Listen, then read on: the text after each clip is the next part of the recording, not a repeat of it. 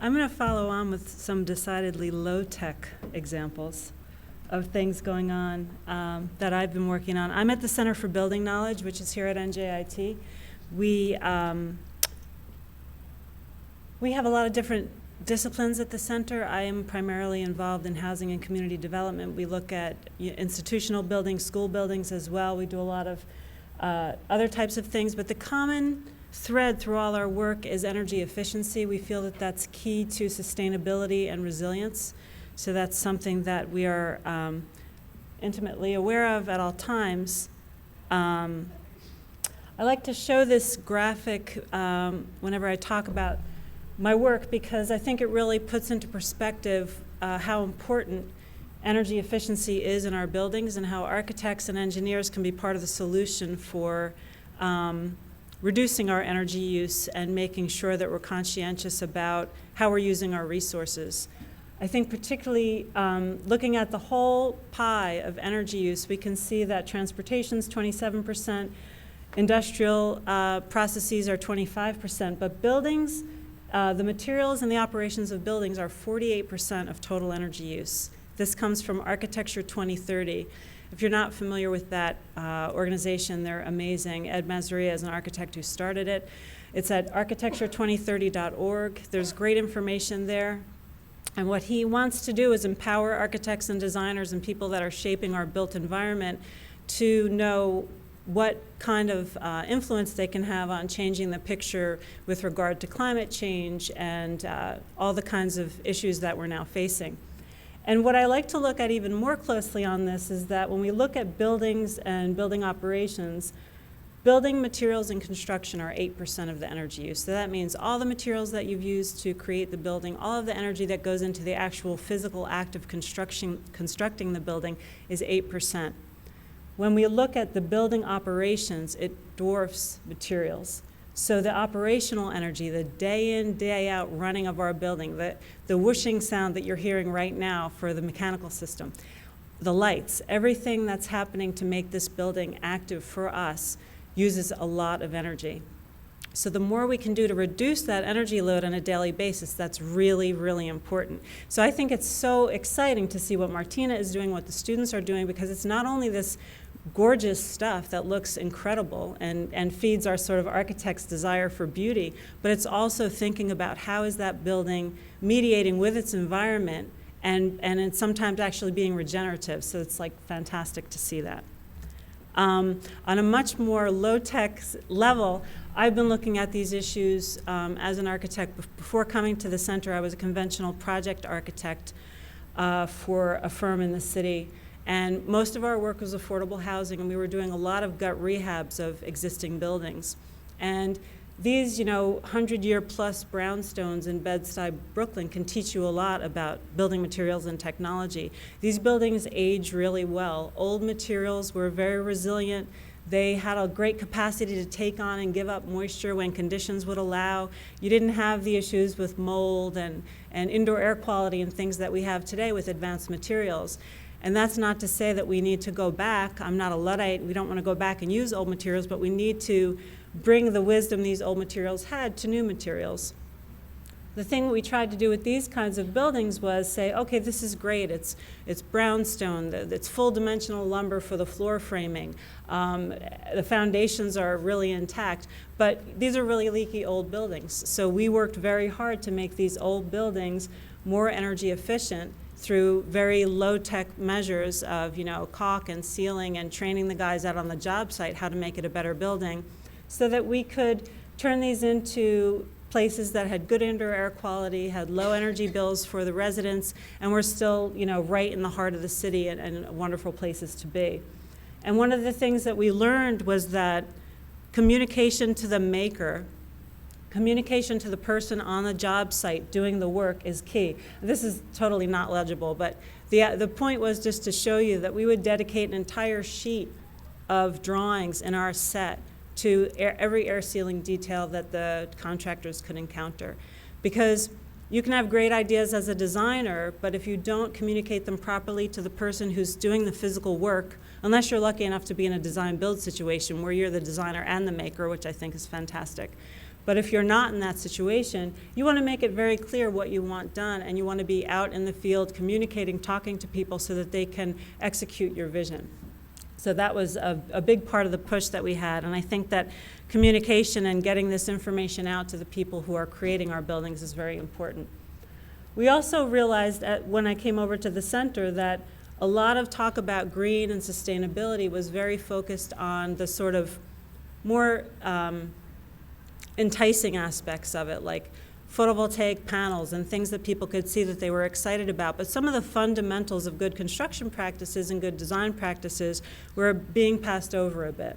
So we wanted to create education for folks so that they could understand, oh wow, if I'm going to do affordable housing and I don't want it to use too much energy, I need to frame the corner differently, or I need to detail the roof differently, or I need to put a reflective coating on top of that roof so that it will reject heat during the cooling season. So we put together these free videos, and if you're either engineering or architecture, I encourage you to check them out, whether you're a student or a practitioner. It's at affordablegreenacademy.org, and we've got some nice case studies of affordable housing, but we've got all of these courses from principles and goals of green building down to managing green, mechanical systems, everything in the middle. And we have tutorials that are given as a lecture format, and then there's a quiz after each one, so you can get some new information. The reason I chose this screenshot is this is a former colleague of mine. I used to work at Stephen Winter Associates Building Systems Consultants, and he was my office mate, and he was this great mechanical engineer that was really smart. And as was referred to earlier, we need to be able to collaborate with other people in other disciplines because you can't know everything that you need to know.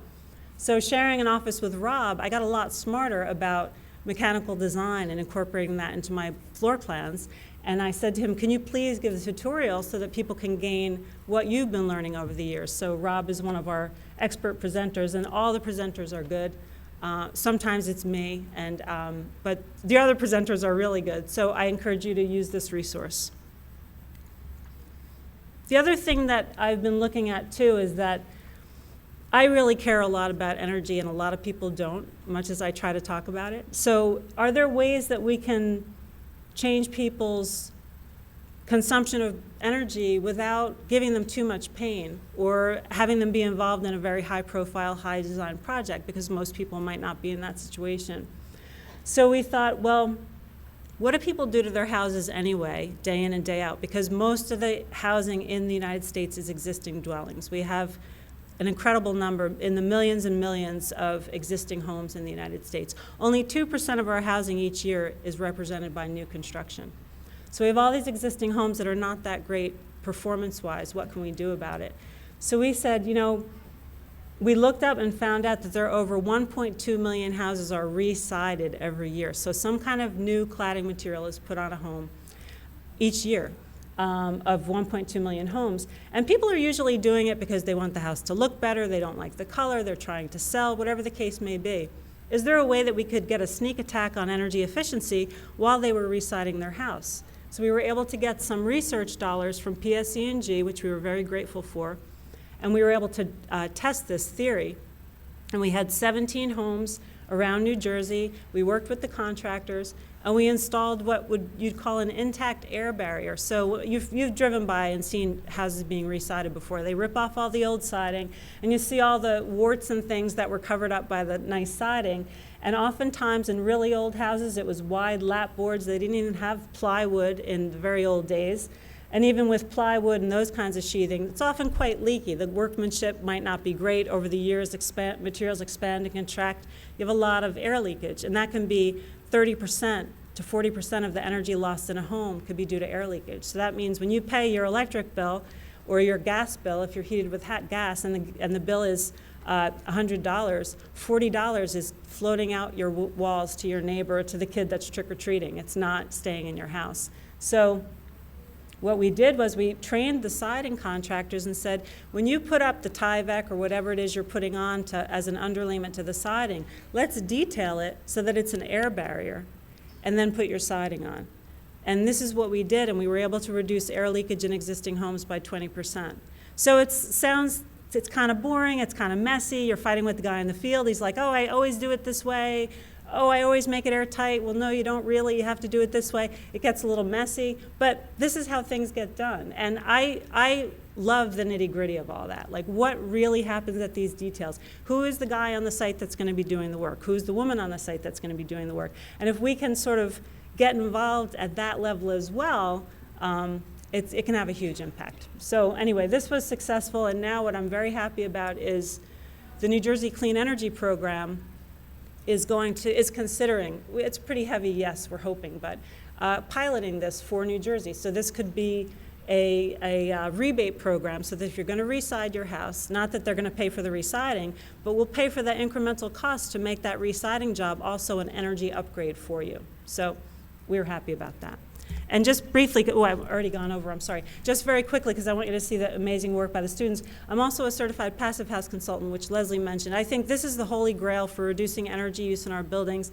The idea here essentially is that you build a really great building envelope, very well insulated, very airtight, and you provide ventilation so that your building is just sipping rather than guzzling energy. You still have a wonderfully comfortable environment. You ventilate it for folks to be healthy and happy, and we can use 1/10 the amount of energy we're using right now to heat and cool our buildings. It's huge. We know how to do it. We can do it. They're doing it in spades in Europe.